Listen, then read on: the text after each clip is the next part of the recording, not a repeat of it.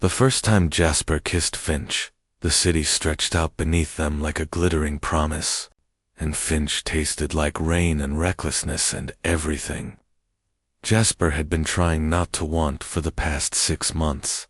Welcome to LGBT families. Subscribe for more interesting stories. It happened on the rooftop between their buildings, that narrow strip of tar and gravel, where their two worlds collided every evening at sunset. And when Finch pulled back with those storm-gray eyes searching Jasper's face, neither of them pretended anymore that this had been anything but inevitable. The wind whipped around them, carrying the scent of summer and possibility, and Jasper knew with absolute certainty that his carefully constructed life was about to come spectacularly undone. But that moment was still weeks away. On the night Jasper first climbed through his bedroom window onto the fire escape, desperate for air after another suffocating dinner with his parents, their expectations hanging over the table like a chandelier about to fall. He'd been living in this apartment for 3 months, trying to make something of himself in the city, trying to become the person everyone back home thought he already was. The metal stairs groaned under his weight as he climbed to the roof, seeking the kind of solitude you could only find above the noise. He wasn't alone. Someone was already there, silhouetted against the dying light, sitting on the ledge with their legs dangling over the edge in a way that made Jasper's stomach drop. The stranger turned, and even in the dimness, Jasper could see the sharp angles of his face, the wild tangle of dark hair, the way he held himself like someone who'd learned to take up space unapologetically. "You're the new guy from 4B, the stranger said, not a question, but a statement of fact, delivered in a voice like smoke and whiskey. "Jasper," he managed, suddenly aware of how he must look, button-down shirt still tucked in, hair still neat from the office, everything about him screaming corporate drone. "And you're trespassing on my building's roof." It came out more confrontational than he'd intended, some defensive reflex kicking in, but the stranger just laughed, a sound that seemed to vibrate in Jasper's chest. "Technically, it's my building's roof too," the stranger said, gesturing to the building next door, close enough that you could almost leap across the gap if you were brave enough, or foolish enough, or both. "Finch, 5C, and I've been coming up here since before you learned how to find the stairs. So maybe we're both trespassing, or maybe neither of us is. Or maybe it doesn't matter because the sky doesn't belong to anyone." He said it like a challenge, like he was daring Jasper to argue with his logic.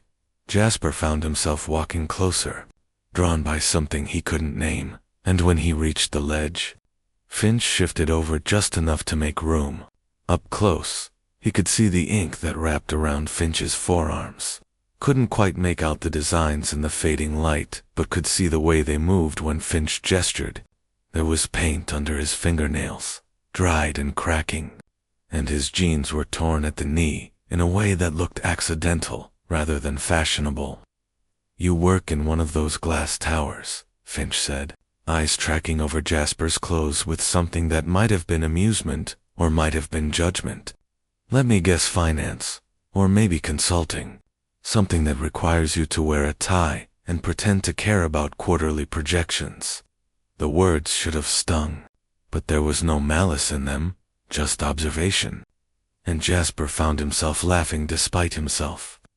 "Marketing," he admitted, and the word felt hollow the way it always did when he said it out loud. "And you're an artist, I'm guessing. Unless you always have paint on your hands and existential questions about property rights ready to go." He surprised himself with the comeback, with the ease of falling into banter with this stranger, who made him feel both completely seen and completely off balance. Finch grinned, and it transformed his whole face, made him look younger and wilder and dangerous in ways Jasper had spent his entire life avoiding. "Guilty, as charged. I paint. I do some graphic design when I need to eat. I live in a shoebox and spend my money on canvas and supplies instead of furniture." He pulled a cigarette from his pocket, lit it with practiced ease, then offered it to Jasper in a gesture that felt oddly intimate. Jasper took it, even though he'd quit smoking 3 years ago, even though everything about this moment felt like stepping off a cliff. The smoke burned his lungs in a way that felt like coming home, and when he passed it back, their fingers brushed. A contact that lasted half a second too long to be accidental. They sat there in silence, passing the cigarette back and forth as the sun disappeared completely and the city lights began to compete with the stars. "Why'd you come up here?" Finch asked eventually, and there was something gentle in the question, like he already knew the answer but wanted to hear Jasper say it anyway. "Needed to breathe," Jasper said, and it was the truest thing he'd said all day. "My parents were visiting, and they spent 2 hours telling me about their friends' kids who were already engaged, or buying houses, or making partner, and I just needed to be somewhere they couldn't reach me." He hadn't meant to admit that much, but something about the darkness and the distance from the ground made it easier to be honest. Finch nodded like he understood, like he'd been there himself. Families like that sometimes. They love you so much they forget to see you. He stubbed out the cigarette, flicked the butt into the abyss below, and Jasper watched it fall. A tiny point of light, swallowed by darkness. "You can come up here whenever you need to, you know. I don't mind sharing my trespassing spot." It became a routine after that, though neither of them acknowledged it as such. Jasper would finish his work, suffer through whatever social obligation he'd committed to, then climb through his window and up to the roof, where Finch would already be waiting, sketchbook in lap or camera in hand, or sometimes just sitting in silence. They talked about everything and nothing. Finch's latest painting, Jasper's frustration with the campaign that wasn't working, the way the city looked different from above. Some nights, Finch would bring wine in a bottle with no label, something he'd gotten from a friend who made it in their bathtub, and they'd drink it straight from the glass, while debating whether art had to mean something or if beauty for its own sake was enough. Other nights, Jasper would bring takeout from the Thai place on the corner, and they'd eat pad see-ew with their legs dangling over the edge, playing a game where they made up stories about the people in the windows below. Jasper learned that Finch had grown up in 3 different countries, that his mother was a diplomat and his father was a musician, that he'd learned to paint because it was the only thing that stayed constant when everything else kept changing. He learned that Finch had a sister in Amsterdam and a brother who'd died when they were teenagers, that he could speak 4 languages but couldn't hold down a job that required him to show up at the same time every day, that he believed in destiny but not in planning. Finch learned that Jasper had spent his whole life trying to be perfect, that he'd gotten straight A's and gone to the right college and taken the right job and dated the right girl, all while feeling like he was playing a role in someone else's life. He learned that Jasper's parents had never asked him what he wanted, just assumed they knew, that Jasper had a degree in English literature he'd never used. That he wrote poetry in notebooks he kept hidden in his closet. "You should let me read them sometime," Finch said one night, after Jasper had mentioned the notebooks for the first time, the wine making him brave, or foolish, or both. "They're terrible," Jasper protested, but he was smiling, and Finch was watching him with an intensity that made his skin feel too tight. "I doubt that," Finch said quietly. "I doubt anything you create could be terrible." And the way he said it made Jasper's breath catch, made him aware of how close they were sitting, how easy it would be to lean in and close the distance between them. But he didn't, not that night. Instead, he changed the subject, asked Finch about the mural he'd been working on downtown, and they fell back into the safety of talking about art and commerce and whether one could exist without corrupting the other. When Jasper finally climbed back down to his apartment, he lay in bed and thought about the way Finch's eyes had looked in the moonlight, and he knew he was in trouble. The thing was, Jasper had known he was attracted to men since he was 16, had known it with the kind of certainty that made him sick with fear and longing. He'd dated Sarah in college for 3 years. had even convinced himself he might marry her. But the relationship had ended the way all his relationships with women ended, pleasantly, amicably, with both parties relieved to be free. He'd come out to his friends in carefully orchestrated conversations, had even told his brother during a late-night phone call, but his parents remained blissfully unaware, and he'd let them stay that way because it was easier than shattering their image of him. Moving to the city was supposed to be his fresh start, his chance to figure out who he was without the weight of everyone's expectations. But he'd been here 6 months and had done nothing but replicate his old life in a new location, same job, different company, same carefully curated social circle, same careful distance from anything that might require him to be vulnerable. Until Finch. Finch was everything Jasper had been taught to avoid. He was impulsive, where Jasper was measured, chaotic, where Jasper was organized, open, where Jasper was guarded. He lived like someone who'd never learned to be afraid of consequences.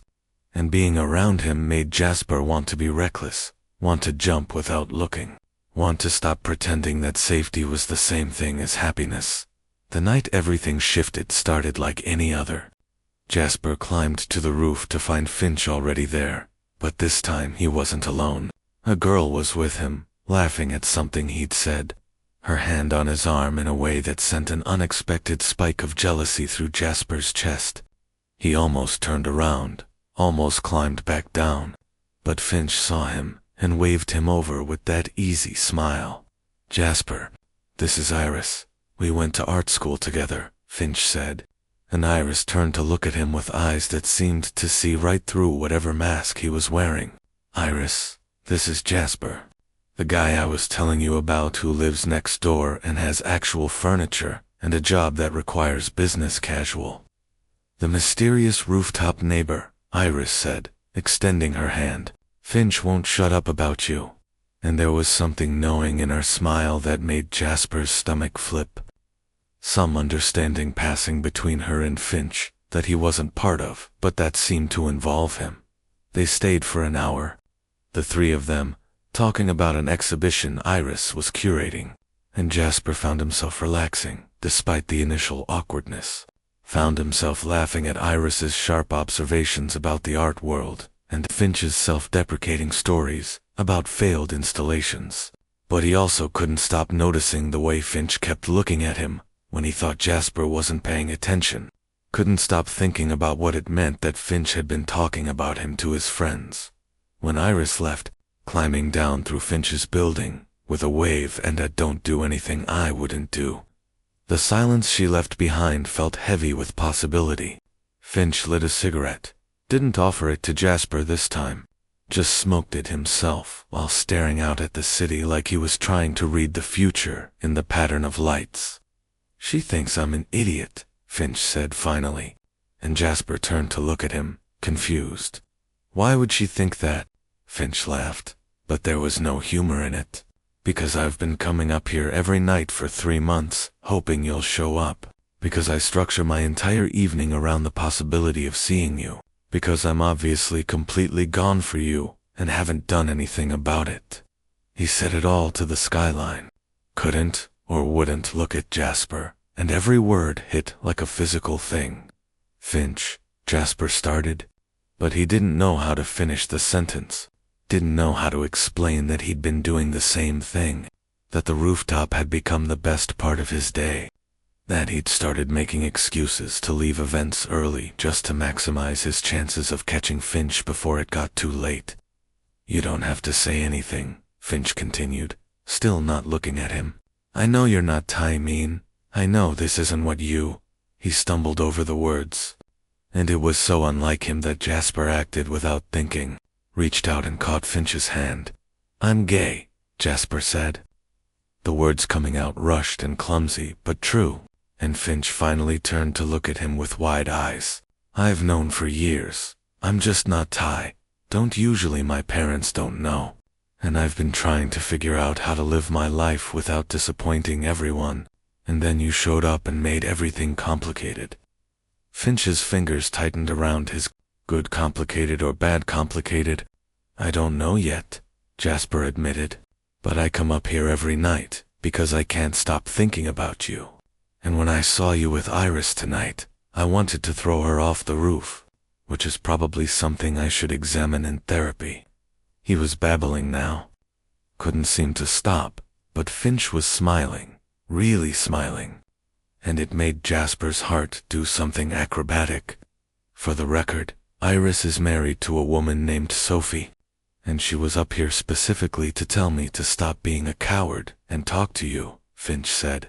And then he was moving closer, closing the space between them until Jasper could count his eyelashes. "So here I am, talking, telling you that I think about you constantly, that I go to bed wondering what you're doing on the other side of that wall, that I've never felt this way about anyone, and it's terrifying and exhilarating, and I need to know if there's any possibility you might feel the same."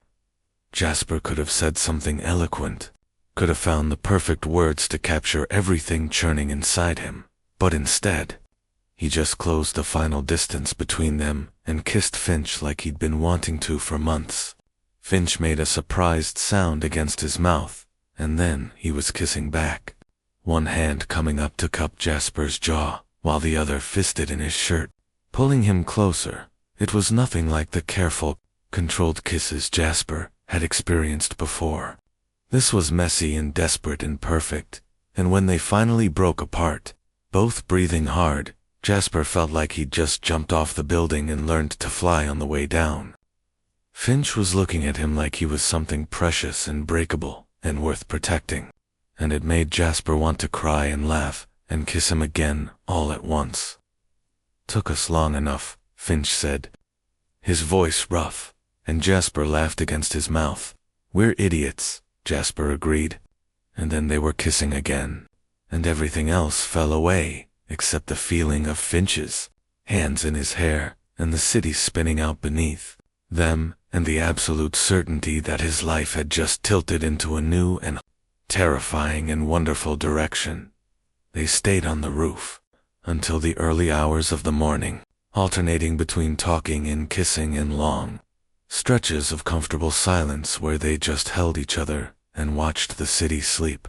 Finch told him about the first time he'd realized he liked boys, at 13 with a friend's older brother, and Jasper shared the story of his first kiss with a guy, drunk at a college party where no one knew him. They traded histories like gifts, all the fumbling attempts at connection, all the almosts and not quites that had led them to this rooftop. "This moment, I should warn you," Finch said, as the sky started to lighten toward dawn. "I'm not good at traditional relationship things. I forget to text back. I get obsessed with projects and disappear for days. I'm terrible with money and planning and all the things you're probably good at." He said it like a confession, like he was giving Jasper an out. But all Jasper could think was how refreshing it was to be with someone who led with their flaws instead of hiding them. "I'm too careful," Jasper countered. "I overthink everything. I have trouble being spontaneous. I'll probably try to schedule our dates in my calendar and color code them. I'm a disaster in entirely different ways." He traced patterns on Finch's palm as he spoke, still marveling at the fact that he was allowed to touch him like this, that Finch wanted to be touched by him. "We sound like a terrible match," Finch said, but he was grinning, and Jasper kissed that grin because he could. Because Finch was his to kiss now, and the thought made him dizzy with possibility. "The worst," Jasper agreed. "We should probably give up now, before we embarrass ourselves." Instead, Finch pulled him in for another kiss, this one slow and deep and full of promise. When they finally separated, Finch rested his forehead against Jasper's, and Jasper could feel him smiling. "Come to dinner with me tomorrow," Finch said. "Actual dinner, at a restaurant, with tables and menus and everything. Let me take you on a date." "I'd like that," Jasper said, and he meant it more than he'd meant anything in a long time. "But I should probably go to bed now, if I'm going to be functional at work in 3 hours." He didn't move though. Didn't want to be the one to break the spell. Didn't want this night to end. "Or," Finch suggested, his thumb tracing Jasper's lower lip, You could come to my place, and we could not sleep together in the literal sense of sharing a bed and being too wired to actually rest. The invitation was clear, and Jasper felt heat pool in his stomach at the implication, at all the things they could do instead of sleeping. He should say no. He should go to his own apartment, shower, try to get a few hours of sleep before his morning meeting. He should be responsible and sensible and all the things he'd always been. Instead, he let Finch lead him down through the roof access of his building, down the stairs to the 5th floor, and into an apartment that was exactly what Jasper had imagined. Chaos and color and canvases everywhere. Barely enough room to walk between the art supplies and the furniture that looked like it had been collected from various curbs. "Sorry about the mess," Finch said, but he didn't sound sorry, and Jasper loved that about him. Loved that he inhabited his space unapologetically. There was a mattress on the floor in the corner, covered in rumpled sheets, and paintings lined every wall, in various stages of completion. It was the opposite of Jasper's carefully curated apartment, and it felt more like home than anywhere he'd ever lived. Finch put on music, something low and atmospheric, and pulled Jasper down onto the mattress, and they lay there facing each other in the dim light, filtering through the uncovered windows. "Hi," Finch said softly, and Jasper laughed at the absurdity of the greeting after everything that had just happened. "Hi," he echoed, and then Finch was kissing him again, and Jasper gave himself over to it. To the feeling of Finch's hands, exploring his body, learning the landscape of him. They didn't have sex that night, both too nervous, too aware that they had time, that this was the beginning of something rather than a single night, but they kissed until Jasper's lips were swollen, touched until they'd mapped each other's bodies, talked until the conversation dissolved into comfortable silence. Jasper woke up a few hours later to sunlight on his face and Finch's arm draped across his waist, and for a moment he panicked, remembering the meeting he had scheduled, the presentations he needed to review. But then Finch shifted closer in his sleep, burying his face in Jasper's neck, and Jasper decided that some things were more important than being on time. He called in sick for the first time in his 3 years at the company, sent a text to his assistant asking her to reschedule his morning appointments, and then he turned off his phone and pulled Finch closer. When Finch woke up an hour later, finding Jasper still there, the smile that spread across his face was worth every consequence Jasper would face later. "You stayed," Finch said, like he'd been expecting Jasper to run. "I stayed," Jasper confirmed, and he kissed Finch good morning, tasting toothpaste and possibility. "And I called in sick to work, which I've never done for anything less than the flu, so you better make this worth my while." He said it teasingly, but Finch's eyes darkened with understanding, with want, and Jasper felt his breath catch. "I have some ideas," Finch murmured, and then he was rolling Jasper onto his back, kissing down his jaw to his neck, and Jasper stopped thinking about consequences altogether. They spent the day in bed, leaving only to forage for food from Finch's nearly empty refrigerator, learning each other's bodies in the patient, thorough way you could only manage when time felt infinite. Finch was generous and attentive, checking in constantly, and Jasper discovered that he liked giving up control, liked letting Finch take the lead, liked the way Finch praised him and touched him like he was art worth studying. "You're beautiful," Finch said at one point, hovering over Jasper, and Jasper felt beautiful, felt seen in a way he'd never experienced before.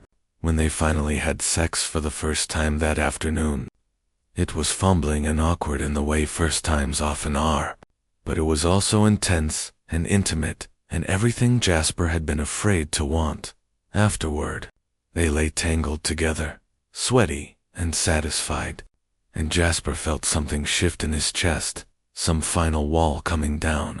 "I could get used to this," he admitted, and Finch laughed, pressing a kiss to his shoulder. "Good, because I don't plan on letting you go anytime soon," Finch said, and Jasper believed him, But reality has a way of intruding on even the most perfect bubbles. And when Jasper finally turned his phone back on that evening, he found 17 missed calls from his mother and a series of increasingly frantic texts. His stomach dropped as he read through them, registering the words "visiting tomorrow" and "surprise" and "can't wait to see your place." "Everything okay?" Finch asked, noticing the tension in Jasper's shoulders. "My parents are coming tomorrow," Jasper said, hearing the panic in his own voice. "They decided to surprise me with a visit, and they want to take me to dinner and see my apartment. And I haven't told them. They don't know about." He gestured helplessly between them, and understanding dawned on Finch's face. "They don't know you're gay," Finch finished gently, and Jasper nodded, shame burning in his chest even though he knew he had nothing to be ashamed of.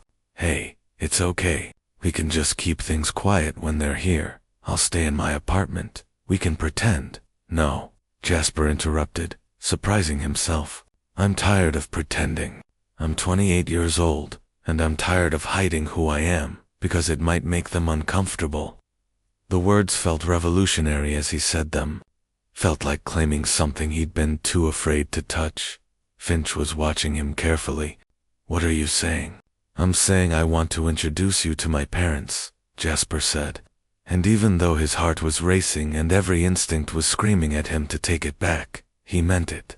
"I want them to know that I'm gay, that I'm with you, that this is my life, and I'm not apologizing for it anymore." He waited for the fear to overwhelm him, but instead, he just felt free. Finch kissed him, hard and quick. "Are you sure? Because that's a big deal, and I don't want you to do it before you're ready."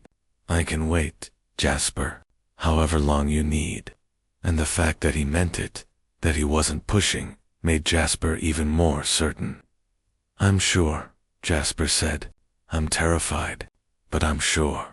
They spent the rest of the evening planning, or trying to plan, which mostly involved Jasper spiraling about all the ways it could go wrong while Finch talked him down from each new catastrophe his imagination conjured. Eventually, Finch made him tea and put on a movie and held him until the anxiety subsided into something manageable, something Jasper could breathe around. The next day crawled by with agonizing slowness. Jasper couldn't concentrate at work, kept checking his phone for updates from his parents, kept running through what he would say and how he would say it. Finch sent him texts throughout the day, photos of his current painting, random observations about people he saw on the street, encouragement that never felt patronizing, and Jasper clung to them like lifelines. When his parents arrived at his apartment that evening, perfectly punctual as always, Jasper felt like he might throw up. His mother hugged him with her usual careful affection, mindful of his father who shook his hand firmly and commented on the state of the building's lobby. They looked exactly as they always did, his mother in pearls and a tasteful dress, his father in slacks and a collared shirt tanned. Jasper felt the familiar weight of their expectations settling over his shoulders. "The apartment is lovely, dear," his mother said, walking through the space with an appraising eye, "though you could use some more furniture. It looks a bit sparse." She rearranged one of his throw pillows as she spoke, and Jasper resisted the urge to put it back. "I like it minimal," he said, which was a lie. He'd just been too busy to decorate, but his mother nodded like this made sense to her. They made small talk for 20 minutes about his job and his brother's recent promotion and their upcoming vacation to Martha's Vineyard, and Jasper felt himself slipping into the familiar role of dutiful son, agreeable and pleasant and completely inauthentic. He was about to suggest they leave for the restaurant when there was a knock at the door. Jasper's heart stopped. They'd agreed that Finch would come by at 7, giving Jasper time to work up to the conversation, but it was only 6:30. His mother was already moving toward the door, asking if he was expecting someone, and Jasper had to resist the urge to bodily block her way. "That's probably my neighbor," he said, trying to keep his voice steady. "I invited him to join us for dinner." He caught his father's surprise.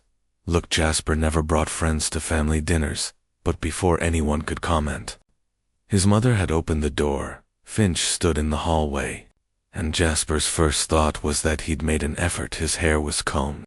His shirt wasn't paint-stained. He looked almost presentable, but there was still something wild about him, something that couldn't be tamed by clean clothes. And Jasper saw his mother's polite smile freeze slightly as she took him in. "You must be Jasper's parents," Finch said, extending his hand. "I'm Finch. Jasper's told me so much about you." He was using his charming voice, the one that made gallery owners and potential clients fall over themselves. And Jasper loved him for trying, even though he could see the discomfort in his parents' matching expressions. "How lovely," his mother said, shaking Finch's hand with visible reluctance. "We didn't realize Jasper had made friends in the building." The emphasis on friends was slight but unmistakable, and Jasper felt anger spark in his chest. "Actually," Jasper said, and he heard his voice come out stronger than he expected, "Finch isn't just my neighbor. He's my boyfriend. I wanted you to meet him because he's important to me." The words hung in the air like a detonation, and Jasper watched his mother's face go through a series of complicated expressions while his father's jaw tightened. "Your boyfriend," his father repeated, and there was something dangerous in his careful tone. "Since when do you have a boyfriend, Jasper?" The question was a trap. Any answer would be an admission of having hidden something, of having lied by omission. "Since 3 days ago, officially," Jasper said, "but I've been gay my entire life." "Which you would know if you'd ever asked instead of assuming." He felt Finch move closer, a supportive presence at his elbow, and he drew strength from it. His mother had gone pale. "I think we should discuss this privately, Jasper. Perhaps your friend should leave." She couldn't even say boyfriend, couldn't acknowledge Finch's place in Jasper's life, and it made Jasper's decision easier. "No," he said firmly. "Finch stays. He's part of my life now, and if you want to be part of my life too, you're going to have to accept that." He'd never spoken to his parents this way, had never challenged them directly, and he could see the shock on their faces. "This is ridiculous," his father said, his face flushing red. "We didn't raise you to bait to have this kind of lifestyle. This is obviously some phase, some rebellion, because you're not happy with your job or your apartment or whatever it is you're running from." He spoke like Jasper wasn't standing right there, like he could diagnose and dismiss everything with a few words. "I'm not running from anything," Jasper said, his voice shaking now, but not backing down. "I'm running toward something, toward being honest, toward being happy, toward having a life that's actually mine instead of the one you decided I should have." He felt Finch's hand find his, their fingers interlacing, and he held on tight. His mother was crying now, delicate tears that she dabbed at with a tissue from her purse. "How could you do this to us?" she asked, and the question was so absurd, so completely self-centered, that Jasper almost laughed. "This isn't about you," he said as gently as he could manage. "This is about me living my truth, and I'm sorry if that's hard for you to accept, but I can't keep pretending to be someone I'm not, just to make you comfortable." He'd read that line in a coming out guide once. Had never thought he'd actually use it, but it felt right. "I think we should leave," his father said stiffly. "Clearly you need some time to think about what you're throwing away here." He was already moving toward the door, and Jasper's mother followed, casting one last wounded look at Jasper that made guilt twist in his stomach. "I'm not throwing anything away," Jasper called after them. "I'm finally picking something up." But they were gone, the door clicking shut behind them with a finality that made Jasper's knees weak. He stood there, staring at the closed door, and then he felt Finch's arms come around him from behind, solid and warm and real. "You okay?" Finch asked softly, and Jasper let out a breath he didn't know he'd been holding. "I don't know," he admitted. "Ask me tomorrow." He turned in Finch's arms, buried his face in his neck, and let himself feel everything, the fear, the relief, the grief, for the relationship with his parents that might never be the same. The joy of having chosen himself for once. They didn't go to dinner. Instead, they ordered pizza and ate it on the rooftop. Their rooftop, and Finch let Jasper talk through everything he was feeling without trying to fix it or minimize it. When Jasper finally ran out of words, Finch just held him and promised that whatever happened next, they'd face it together. "You know this might not get better, right?" Jasper said eventually, his head resting on Finch's shoulder. "My parents might never come around. They might cut me off, stop talking to me, write me out of their lives entirely." He needed Finch to understand what he might be signing up for, needed him to have the chance to run. "And you know I'm not going anywhere, right?" Finch countered. "You just came out to your parents after 28 years of hiding because of me, because of us. Do you really think I'm going to bail now?" He said it fiercely, and Jasper felt tears prick his eyes. "I love you," Jasper said. And he meant it, even though it was too soon, even though they'd only been together for days, even though it was reckless and impulsive and everything he'd always been afraid of. "I know it's crazy, but I love you." Finch kissed him, soft and sweet. "I love you too," he said against Jasper's mouth. "And yeah, it's crazy, but so is everything about us. Let's just be crazy together." And Jasper laughed, really laughed. And it felt like the beginning of something instead of the end. The next few weeks were hard. His mother called once, a conversation full of long pauses and careful words, where she asked him to reconsider his choices and suggested therapy to work through whatever he was going through. Jasper listened, told her he was happy, told her he hoped she could be happy for him someday, and then he gently ended the call before it could escalate. His father didn't call at all, but his brother did, confused and worried after their parents had told him some version of events that made Jasper sound unstable.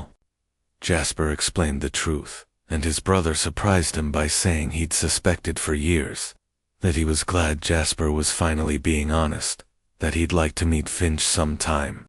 It was a small victory, but Jasper clung to it. Through it all, Finch was there. He didn't push Jasper to talk when he needed silence, didn't try to make it better when things felt impossible, just existed as a steady presence in Jasper's life. They fell into a rhythm dinners, at one apartment or the other. Mornings where Jasper would wake up to find Finch already awake and sketching him while he slept. Evenings on the rooftop that had become sacred ground. Jasper met Finch's friends, a collection of artists and musicians and people who lived outside the traditional structures Jasper had always inhabited. They welcomed him with an easiness that took him off guard, folded him into their found family without questions or judgment. Iris became a particular ally, taking Jasper aside at a gallery opening to tell him that she'd never seen Finch this happy, this settled. "He's always been a wanderer," she explained, drink in hand, emotionally and geographically. "But with you, it's like he's found a home port." She said it casually. But Jasper carried the words with him, treasured them during the hard moments when he wondered if he'd made a mistake. Finch introduced Jasper to his mother during a video call, and she was warm and welcoming in a way that made Jasper's chest ache with what he was missing from his own family. She told embarrassing stories about Finch's childhood, showed Jasper photos of him covered in paint at age 7, made it clear that anyone who made her son happy was family to her. It was the first time Jasper felt truly accepted for who he was, and he cried after the call ended. Overwhelmed by the simple gift of being seen, work became complicated in different ways. Jasper didn't officially come out at the office, but he stopped hiding. When colleagues asked about his weekend, he mentioned Finch. When they asked if he was seeing anyone, he said yes, and used masculine pronouns. Some people were supportive, others were awkward. A few stopped talking to him entirely. His boss was professionally neutral, and Jasper took that as a win. But the biggest change was internal. Jasper found himself caring less about what people thought, found himself taking risks he'd never have considered before. when a creative director position opened up at a smaller agency, one that would let him actually do the work he loved, instead of just managing it. He applied even though it meant a pay cut. When Finch suggested they take a weekend trip to the beach, Jasper said yes, without checking his calendar first.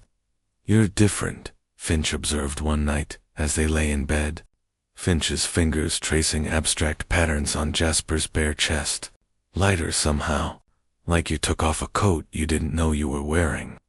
He said it wonderingly, and Jasper realized it was true. "I spent so long trying to be the person everyone expected that I forgot how to just be," Jasper said. "And then you showed up and made that impossible." He caught Finch's hand, brought it to his lips. "You saved me." "You saved yourself," Finch corrected.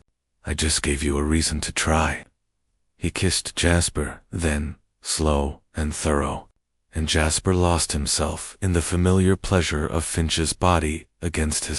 The way they fit together, like they'd been designed for this. Sex with Finch never stopped being a revelation. Sometimes it was fast and desperate, all hands and heat and urgent need. Other times it was languid and exploratory, learning what made each other gasp and arch and beg. Finch was generous and creative, always trying new things, always focused on Jasper's pleasure as much as his own. And Jasper, who'd spent so many years performing intimacy without actually feeling it, finally understood what all the fuss was about. 3 months after they got together, Finch asked Jasper to move in with him. They were on the rooftop, where all their important conversations seemed to happen, and Finch was nervous in a way Jasper rarely saw him. "I know it's fast," Finch said, words tumbling over each other. "And I know my apartment is a disaster, and you're used to having your own space and furniture that doesn't come from the street. But I hate sleeping without you, and it seems stupid to maintain 2 apartments when we spend every night together anyway." He was rambling, and Jasper loved him for it. "Yes," Jasper said simply, and Finch stopped mid-sentence. "Yes? Yes, I'll move in with you," Jasper clarified, "on the condition that we at least get a bed frame, because my back can't handle sleeping on a mattress on the floor indefinitely." He was grinning, and Finch tackled him, kissing him with enthusiastic abandon. They spent the next month merging their lives in practical ways. Jasper brought his furniture and his books and his need for organizational systems, and Finch made space among his canvases and supplies. They painted the walls together, Finch actually painting, while Jasper mostly got covered in paint and made Finch laugh. They built a bed frame together, which involved a lot of swearing and missing pieces, and eventually calling Iris to help, because neither of them could figure out the instructions. The apartment became theirs, a perfect blend of Jasper's order and Finch's chaos. There was a designated workspace for each of them, Finch's easel by the window with the best light, Jasper's desk in the corner where he could work from home when needed. The kitchen was tiny, but functional, and they learned to cook together, Finch improvising wildly while Jasper followed recipes to the letter. Jasper's apartment sat empty for a while before he finally gave notice, and on the last day of his lease, they went through it together, boxing up the remaining items. It felt symbolic, closing that chapter, and when Jasper handed over the keys to the landlord, he didn't feel any regret. "Ready to go home?" Finch asked, and Jasper realized that home wasn't a place anymore, but a person. And that person was standing right next to him with paint-stained hands and a smile that made everything else fade away. 6 months into living together, Jasper got the job at the creative agency. The pay cut was significant, and he'd had to have a long conversation with Finch about finances and whether they could afford it. But Finch had been adamant that Jasper should take the opportunity. They'd adjust, he said. He could take on more commercial work, and they'd make it happen because Jasper deserved to do work he loved. The new job was everything Jasper had hoped for and more challenging than he'd expected. He worked longer hours, but came home energized instead of drained, full of ideas he wanted to bounce off Finch, excited about campaigns he was actually invested in. His new boss was a woman who'd built the agency from nothing and who valued creativity over corporate politics. And for the first time in his career, Jasper felt like he was exactly where he was supposed to be. Finch's career was going well too. He landed a commission for a mural in a new community center, something big and ambitious that would take months to complete. Jasper would visit him while he worked, bringing lunch and sitting on the floor while Finch painted stories onto the walls. And he felt proud in a way that had nothing to do with him and everything to do with being witness to Finch's talent. They had their first real fight on a Tuesday night over something in the sink and who had forgotten to buy milk, but it escalated into all the small resentments they'd been avoiding. Finch accused Jasper of trying to control everything. Jasper accused Finch of being irresponsible, and they both said things they regretted before Finch stormed out to the rooftop. Jasper gave him 20 minutes, then found Finch sitting in their usual spot with his head in his hands. "I'm sorry," Jasper said, sitting down next to him. "I was being an ass. You're not irresponsible, you're spontaneous, and I love that about you even when it drives me crazy." "I'm sorry too," Finch said, looking up with red eyes. "You're not controlling, you're organized, and I need that even when I resist it." He reached for Jasper's hand. "I hate fighting with you." "Same," Jasper agreed, "but I think we needed to. We can't just avoid conflict forever." He'd learned that from his parents' marriage, how avoiding difficult conversations just meant they festered and grew toxic. They talked it through properly, established some ground rules about household responsibilities and communication, and by the time they went back inside, Jasper felt closer to Finch than ever. They made love that night with an urgency born from the fear of loss, holding each other tight and whispering promises against sweat-slicked skin. The first time Jasper's parents met Finch properly was at his brother's wedding, a year after they'd gotten together. Jasper had been invited, but told that Finch wasn't welcome, that his parents weren't ready to see them together. Jasper had almost declined, but Finch had encouraged him to go, to maintain the relationship with his brother, if nothing else. In the end, Jasper's brother had overruled their parents and insisted that Finch be invited as Jasper's +1. The wedding was tense. His mother was polite but distant. His father barely acknowledged Finch's existence, but his brother made a toast that mentioned being grateful for the people who helped his loved ones become their true selves, and he looked directly at Finch when he said it. "That was brutal," Finch said during the reception, watching Jasper's parents hold court on the other side of the room. "Yeah," Jasper agreed, "but we survived, and my brother clearly has my back. So that's something." He pulled Finch onto the dance floor, despite his protests, and they slow danced to a song about love conquering all, and Jasper thought maybe it could. After the wedding, something shifted. His mother started calling more regularly, asking careful questions about his life, about Finch, about whether they were happy. She never apologized, never acknowledged her initial reaction, but she was trying, and Jasper decided that was enough for now. His father remained distant, but he sent a card for Jasper's birthday that included Finch's name, and Jasper took that as progress. 2 years into their relationship, Finch proposed. It wasn't on the rooftop like Jasper had always imagined it would be, but in their apartment on a random Sunday morning while they were still in bed. Finch just looked at him, tangled in sheets and morning light, and said, "Marry me." Jasper laughed because it was so Finch, so spontaneous and perfect, and lacking in planning. "Are you serious?" he asked, and Finch's face got serious. "Completely," Finch said. "I don't have a ring. I didn't plan a romantic gesture. But I woke up this morning and realized I want to spend the rest of my life waking up next to you, and I didn't want to wait to ask." He was vulnerable in a way Finch rarely allowed himself to be, and Jasper felt his heart crack open. "Yes," Jasper said, pulling Finch into a kiss. "Yes, yes, Yes, and they made love in the morning light. Slow and sweet, sealing promises with their bodies that they'd later seal with vows. They got married on the rooftop. Because where else would they do it? It was a small ceremony. Iris and her wife, Jasper's brother and sister-in-law, a handful of friends, Finch's mother who flew in from Geneva, and surprisingly, Jasper's parents, who showed up at the last minute looking uncomfortable but present.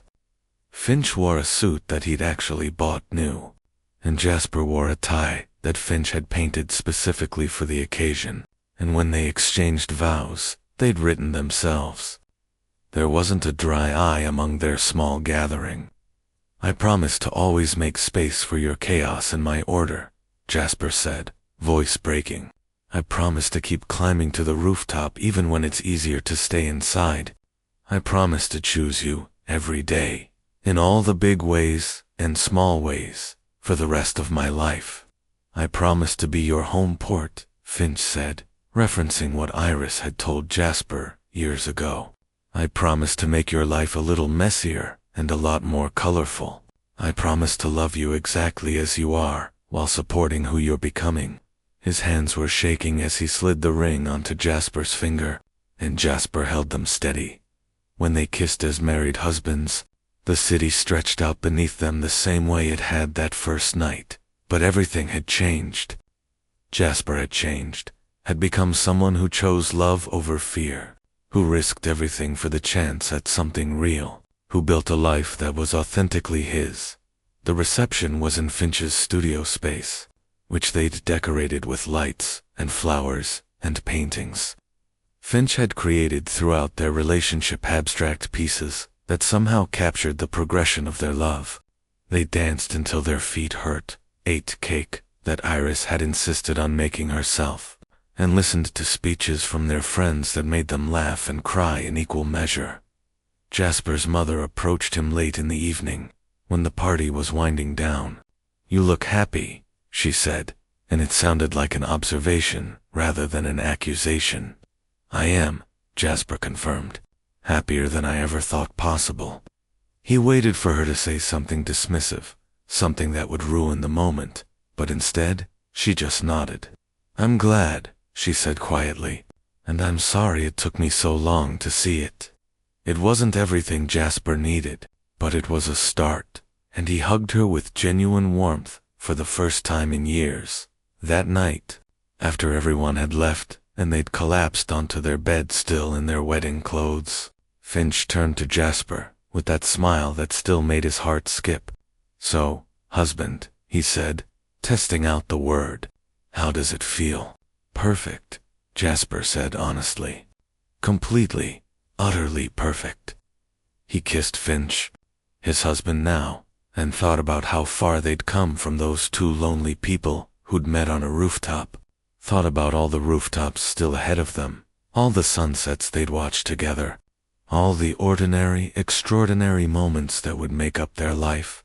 "I love you," Finch said, and Jasper said it back, and they fell asleep tangled together, their wedding rings catching the light from the city that had brought them together and would keep them forever.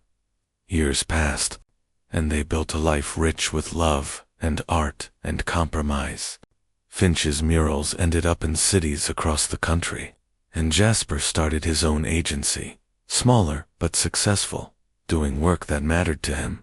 They bought a house with a rooftop garden, where they grew tomatoes and herbs that never quite thrived but that they tended together anyway. They traveled when they could, to see Finch's family abroad, to chase inspiration for Finch's art, to attend Jasper's college reunion, where he proudly introduced his husband to people who'd known him when he was still pretending. They fostered a dog who ended up staying permanently, a mutt named Pablo who slept between them and inspired an entire series of Finch's paintings. They had hard times, too, a health scare that reminded them how fragile everything was, financial struggles when the economy tanked, moments where they questioned everything, but they always came back to each other, always found their way to the rooftop or whatever equivalent space they'd created in whatever place they were living. On their 5th anniversary, Finch surprised Jasper with a painting he'd been working on in secret. It showed two figures on a rooftop, silhouetted against a city skyline. The moment just before a kiss, full of possibility and promise. "This is us," Finch said as Jasper stared at it with tears in his eyes. "This is where it started." "No," Jasper said, pulling Finch close. "This is where it continues. Every day, every moment, we're still those two people choosing each other on that rooftop." And they were, fundamentally, still the same Finch, still spontaneous and creative. Jasper still organized and thoughtful, but they'd grown together, shaped each other, become more themselves through loving each other.